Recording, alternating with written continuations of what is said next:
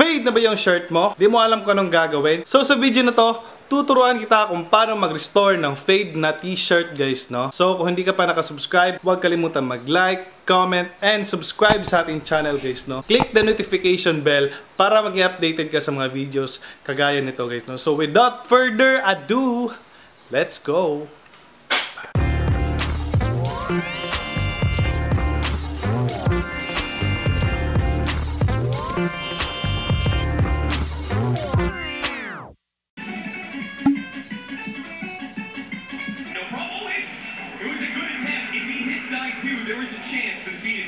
Okay, so ang gagamitin nating mga materials guys, no? Syempre, meron tayo ditong faded na shirt guys, no? So, eto siya. So, yung issue lang niya is yung faded na part guys. So, as you can see, faded na yung neckline niya. Tsaka dito sa may sleeve.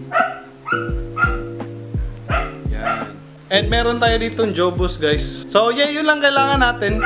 Jobus, tsaka yung fade na shirt guys. So, i-restore natin siya. Paiitimin natin ulit. And, let's see kung epektibo ba guys, no? Let's go! Okay, so first step guys to, magpapakulo lang kayo ng 5 cups of water guys, no? So, let's go.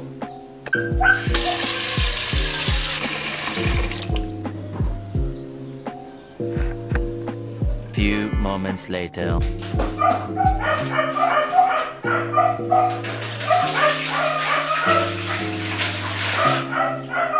So next step guys, no? Ilalagay na natin yung dye natin, yung jobus natin dito sa pinakuluang tubig guys, no? So, yeah. So, tip lang guys, no? Mas maganda yung 5 cups of water lang guys. Kasi hindi masyadong marami para mas makulay talaga yung ano natin, yung jobus natin guys, no? So, let's go!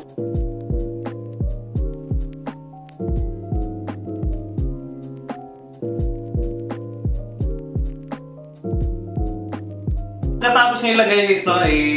I-mix muna natin guys. Okay, so next, ilulublob na natin yung shirt natin na faded guys, no? So, let's go. Okay, so don't worry sa print ng shirt natin guys. So, hindi madadamage yung print guys. So, kung meron kayong faded na shirt na paborito nyo, tsaka merong magandang print, huwag kayong mag-alala, hindi masisira yan guys, no? So, let's go.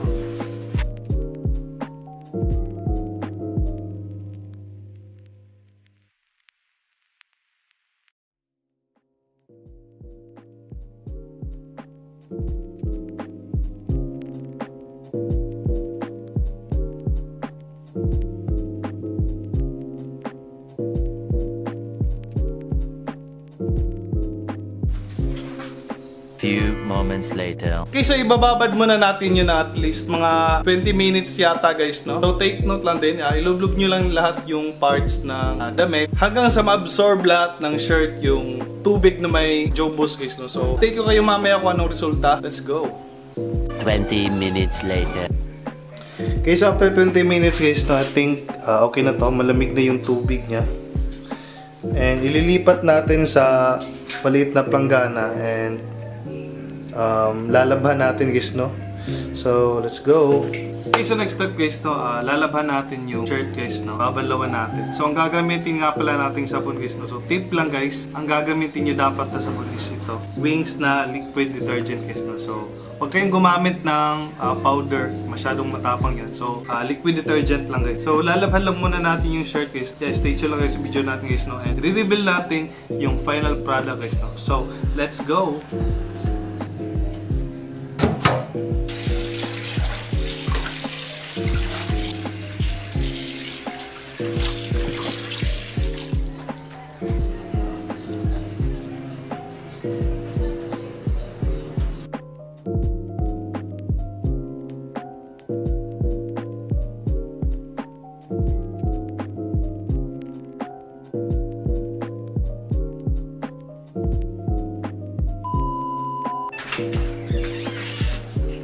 So ayan guys, isasampay na natin guys, no?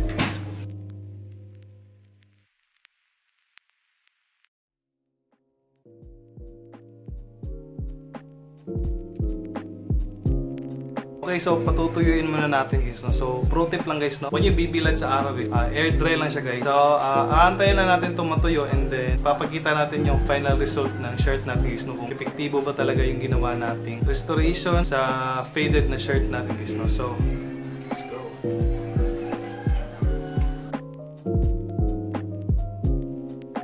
tomorrow. Okay, so back at it again guys. So finally, moment of truth. I-reveal na natin yung final product guys, no? Before tayo ma-proceed, konting trivia lang guys, no? Ang merch nga pala na Jesus is King is by famous rapper Kanye West. Isa yan sa mga pinakasikat na pangalan ngayon guys, no? Sa hip-hop, and yung mga merch niya is sobrang solid talaga, and nirelease tong merch na to ni Kanye West October 5, 2019 guys, no? So without further ado, i-reveal na natin yung final product na ginawa nating restoration guys, no? Sa faded na shirt natin guys, no? So kitang-kita nyo naman earlier na sobrang fade na ng shirt natin na medyo nakakahiya na suotin guys, no? Papakita natin yung final result ng ginawa natin guys. Ito na yung shirt guys.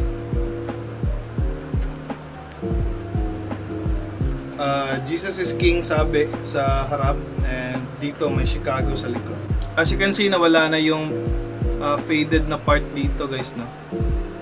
And tsaka dito nawala na yung faded na part. Kung may makita man kayo na ano dyan, sa lighting lang yan guys, no? So overall, naging solid na yung shirt natin guys, no? Na ni-restore natin. By the way, size XL nga pala to guys, no? So if fit check natin siya guys, no? And kayo na bahala mag-decide kung effective yung ginawa nating restoration guys, no? So let's go.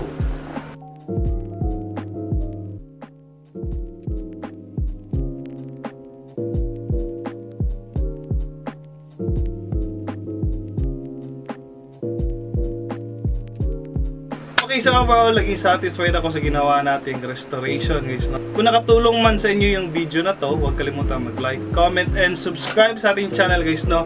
Click the notification bell para maging update kayo sa mga videos na i-upload natin guys, no? So thank you for watching guys. Sana nakatulong tong video na to, and see you on the next video. I'm out.